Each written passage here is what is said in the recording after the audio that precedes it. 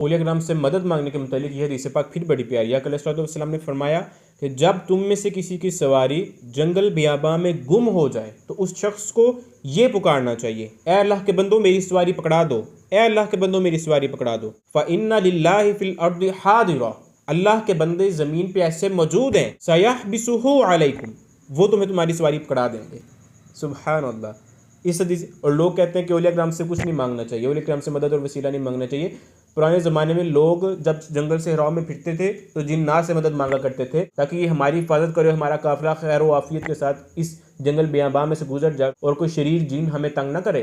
तो आका अलैहिस्सलाम ने फरमाया नहीं, जिन्नात से मदद ना मांगो बल्कि अल्लाह के बंदों से मदद मांगो, औलिया किराम से मदद मांगो।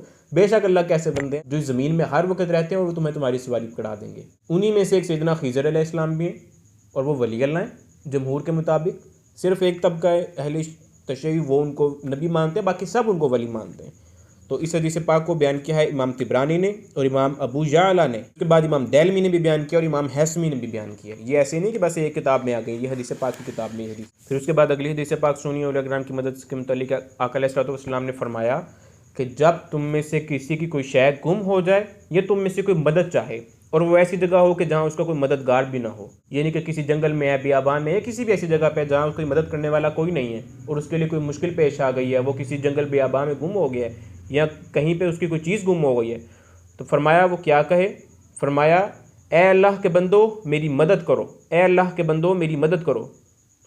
हदीस पाक के अल्फाज हैं या इबादुल्लाहि अगीसुनी, या इबादुल्लाहि अगीसुनी, या इबादुल्लाहि अगीसुनी, गौस मदद करने वाला, अगीसुनी मेरी मदद करो। आप कहते हैं गौसुल आज़म कहाँ से आ गया, सबसे बड़ा गौस अल्लाह है, इसमें कोई शक नहीं, अल्लाह से बड़ा कोई गौस नहीं। लेकिन अल्लाह रब्बुल इज़्ज़त ने ही हुज़ूर गौसुल आज़म को गौस बनाया, मदद करने वाला अल्लाह रब्बुल इज़्ज़त ने बनाया अपने बंदों को। बंदे अल्लाह के ही हैं, खुद खुदा नहीं है माज़अल्लाह, इससे ये कोई शिरक नहीं हो जाता। अल्लाह के बंदे लेकिन मदद करने की अल्लाह रब्बुल इज़्ज़त ने उनको तौफीक, ताकत और कुदरत अता की है।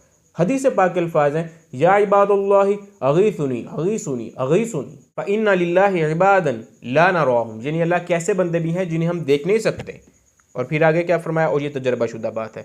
इस हदीस पाक को भी इमाम तिबरानी ने रिवायत किया है, फिर उसके बाद इमाम अबू याला ने रिवायत किया है, फिर इमाम दैलमी ने रिवायत किया है, फिर उसके बाद हैसमी ने रिवायत किया है। फिर अगली हदीस पाक सुनिए, ये बड़ी प्यारी है औलिया किराम से मदद मांगने के मुतालिक। हज़रत अब्दुल्लाह बिन उमर से रिवायत है कि अलैहिस्सलाम ने फरमाया बेशक अल्लाह ताला के कुछ ऐसे ख़ास बंदे हैं कि अल्लाह ताला ने उन्हें मखलूक की हाजत रवाई के लिए ख़ास फरमाया। उनका काम ही है कि वे लोगों की मदद करते हैं, लोगों के लिए। वाह वाह वाह वाह वाह।